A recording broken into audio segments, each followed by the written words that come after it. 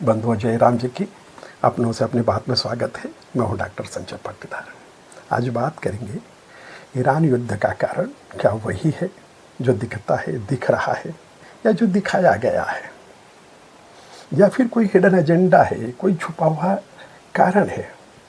सारी दुनिया जानती है कि ईरान ने परमाणु बम के निर्माण की ओर जा रहा था, इसलिए उस पर हमला किया गया। परमाणु ऐसा अणु है जो खुली आंखों से नहीं दिखता, पर उसने आंखों को चौंधिया देने वाली विकरालता और भयानकता पैदा कर दी है और तीसरे विश्व युद्ध के मुहाने से लौट करके आ गया है। सबसे पहले परमाणु बम द्वितीय विश्व युद्ध के दौरान अमेरिका के ओपेनहाइमर ने 1945 में बनाया था। आज से ठीक 80 साल पहले जुलाई 1945 में अमेरिका ने परीक्षण किया था और उसके बाद 9 देशों के पास SIPRI की रिपोर्ट है कि जनवरी 2024 तक 12,221 परमाणु बम हैं। और यह बड़े आश्चर्य की बात है कि केवल 2 देशों के पास, अमेरिका और रूस के पास 10,500 परमाणु बम हैं और बाकी 7 देशों के पास 1400-1500 परमाणु बम हैं। परमाणु अप्रसार संधि 1970 में बनाई थी। परमाणु अप्रसार संधि NPT, यानी अब कोई देश परमाणु बम नहीं बनाएगा। ये कितनी बड़ी विचित्र और कितनी हास्यास्पद बात है कि जिन देशों के पास में परमाणु बम नहीं है वे न तो अपनी सुरक्षा के लिए न किसी कारणों के लिए परमाणु बम नहीं बना सकते, 9 देशों के अलावा। आश्चर्य इस बात का, हास्यास्पद इस बात की कि ये परमाणु अप्रसार संधि का मतलब ये होना चाहिए था कि परमाणु संपन्न देश भी परमाणु अप्रसार करेंगे, परंतु ये 9 देश अपने यहाँ पर आए दिन सालों साल अपनी संख्या बढ़ाते जा रहे हैं। और सबसे बड़ी बात 45 में जापान ने जुलाई 1945 में परीक्षण किया और ठीक 21 रोज बाद 6 अगस्त को हिरोशिमा पर अमेरिका ने जापान पर परमाणु बम से हमला किया। उसके ठीक 3 रोज बाद 9 अगस्त को नागासाकी पर हमला किया।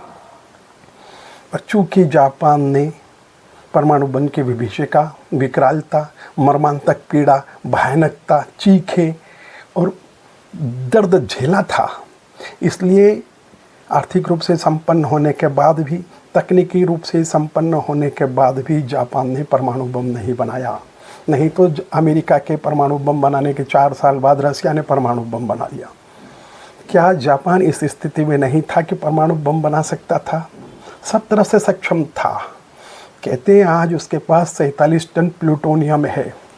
47 टन प्लूटोनियम, वो 6000 परमाणु बम बना सकता है, यानी अमेरिका और रसिया से ज़्यादा परमाणु बम बना सकता है। पर चूँकि उसने दर्द झेला था, परमाणु बम की विभीषिका क्या होती है उसने देखी थी, इसलिए वो NPT परमाणु अप्रसार संधि पर साइन कर दूर हो गया। ईरान पर युद्ध केवल परमाणु बम के कारण नहीं किया गया दिखता है, दूसरा कारण भी है और वह कारण है 3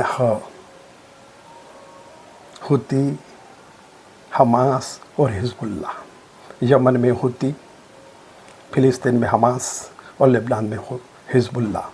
ये तीनों विद्रोही संगठन इतने मजबूत हैं कि इनके पास केवल AK-47 नहीं है। ये वहाँ के देश के ऊपर राजनीतिक रूप से प्रभुत्व रखते हैं और शासन भी किया है इन लोगों ने। इनके पास, हुतियों के पास बैलिस्टिक मिसाइलें भी हैं और ड्रोन भी है।